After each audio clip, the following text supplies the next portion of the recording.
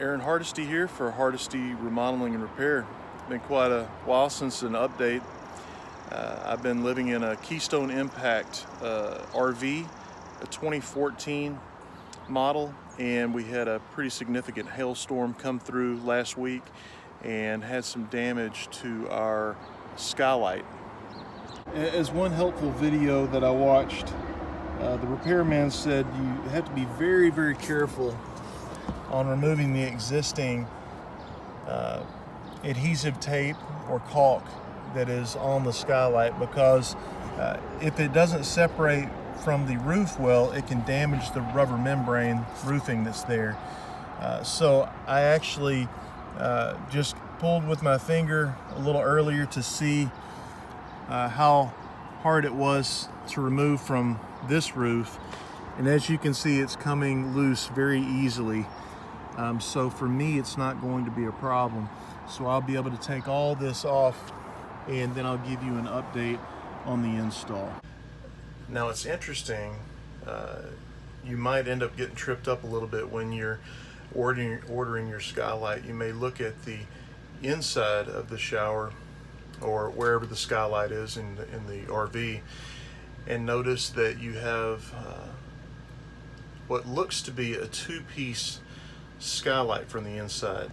So you see there's a different type of material here, and then a shroud at the bottom of it where these two connect. And you might think initially, well, this is actually the skylight that's outside, and this is just a piece for the interior. Well, that's not the case. This is a separate piece in itself, and when we take the skylight out on the roof, you'll see from the top side what this looks like. So normally, in most instances, you're going to want to clean out all that caulk around those screws, but these are square drive screws, and I can actually put the drill right in there without taking that caulk all loose and getting them right out with no problem at all. So if you're able to do that, then that's great. But if they're not square drive, which most of them probably are, then I would recommend cleaning it out first, because you might strip a screw head, and you certainly don't want that. Okay, so I got all the excess caulk or tape that was on the top removed. Go ahead and pull the old skylight up, set it to the side. You can use it as a trash bin now. But you see what I was talking about earlier on the interior. This is a self-contained interior piece for the skylight. The other just houses and screws directly to the roof here. So the next thing that needs to happen now is, you see the original tape that was under the skylight to cause a nice membrane. This material needs to come up. So get all that loose, clean it up very well. This may be where a tool might be needed, but it's a fairly warm day today. It's about 82 degrees here, not too humid, so everything's coming up well. If it was wintertime, it would probably be more difficult, but looks like things are going to clean up well. So next I'll show how to put the tape on the skylight itself, then we'll get it installed. All right, so as you can see, got all the old adhesive off.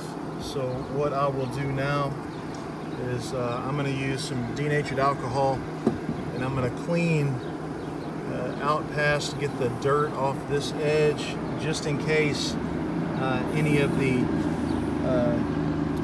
new skylight laps out that far. And I'm actually going to also put a little sealant in each of these holes. I'm using Dicor self-leveling lap sealant made for RV roofs, made by the RV roofing experts. Some great stuff. If you get a hole in this rubber roofing, you can use that to patch it. Works really well. All right, as you can see, got my new Skylight here. The hole pattern is a little bit different from the original one, so we're gonna make sure that we have plenty of sealant on it. It's got I'll put a link to all the materials that I'm using in this video in the description of the video. But here I have some gasket sealant here, and it's got a little backer on the bottom of it.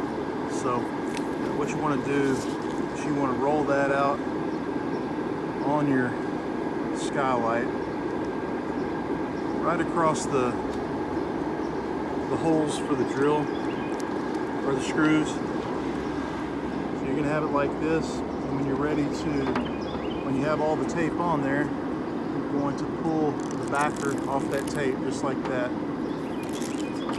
Of course, it's not sticking real well there, so what I'm going to do is I'll apply a little pressure just like so, and it'll be good like that. And when we put screws in it after we pre-drill it, it'll suck it down on there, and it'll make a good bond between there and the roof. So I have the new Skylight set in place. As you can see, the holes don't line up with the original. If it's necessary for you, when you put your Skylight down, you can actually put a couple of pieces of masking tape here and here so that you know the position of the Skylight. But for me, there's a color difference, as you can see, on the rubber roofing and where it was before. So what I'm going to do, I'm going to use that as a marker for myself, and I'll just apply that evenly. But I'm going to pre-drill all these holes while it's in place before I put my adhesive backing on it. Before you install your Skylight, you want to make sure you clean this one on the underside very good, because if anything is laying on top of it or you have any spots on it, you're going to see that from the underside, even if it's frosted. So make sure you get that wiped nice and clean before you move forward with covering it. All right, as you can see, I went ahead and put some of the self-leveling inside of the old screw holes, so that when the new Skylight is on there, it's going to seal those up too. That way we don't have any other further spots for possible leaks.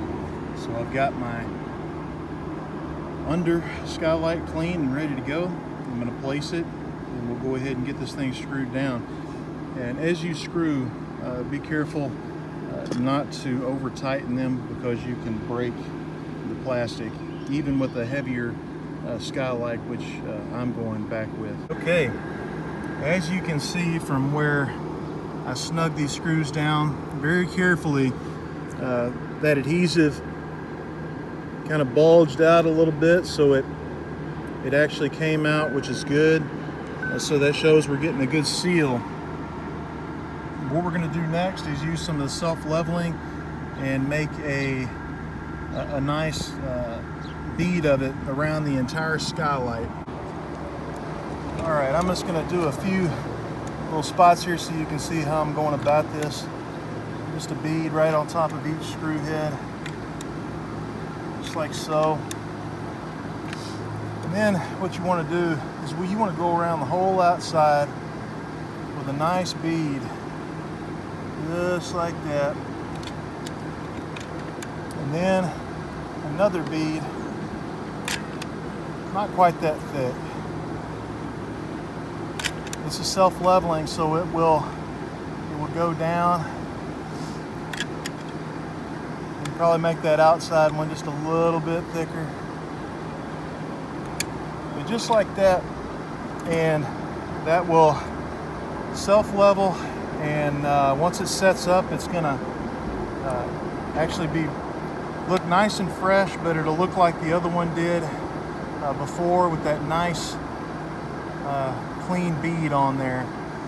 And if you're going to do this, make sure that it's not going to rain for at least several hours, so this can tack up real good, and you should be in good shape. We'll check back in when it's done. You can see here, this is my fresh bead that I just put back down, but if you notice where I started, it's leveling out very nicely, all in one one big bead together. So when you layer those, they'll all lay down real nice. But there it is. It's complete, and looks like shouldn't have any rain the rest of the day, so I should be good to go. So I hope this was helpful and informative, and I'm sure you can do your skylight without any trouble. Well, thanks for watching out there. I enjoyed being able to share this project with you. Mostly I enjoyed it. Got a little warm out here, but hopefully I'll be able to post some more RV projects coming up soon. So until next time, this is Aaron Hardesty for Hardesty Remodeling Repair. Take care.